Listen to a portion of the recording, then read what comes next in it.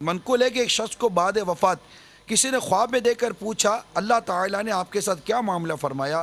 कहा, मुझे बख्श दिया, लेकिन हिसाब व किताब हुआ, यहाँ तक कि उस दिन के बारे में मुझसे पूछ गुछ हुई जिस रोज़ में रोज़े से था और अपने एक दोस्त की दुकान पर बैठा हुआ था।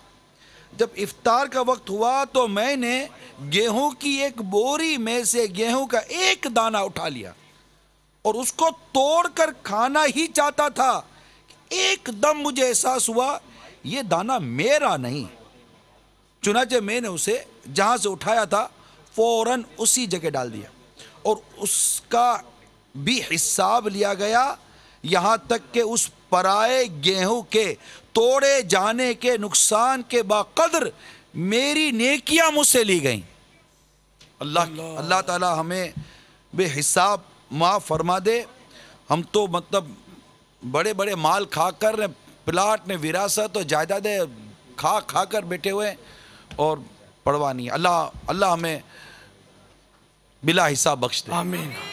वाकई तशवीश की बात, बहुत तशवीश है।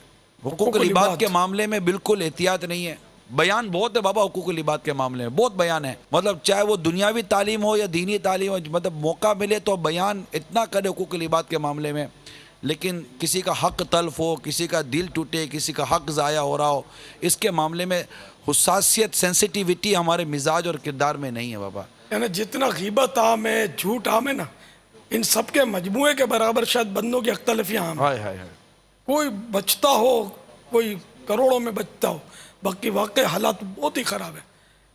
क्या अवाम क्या खवास, बहुत मतलब इब्तिला है।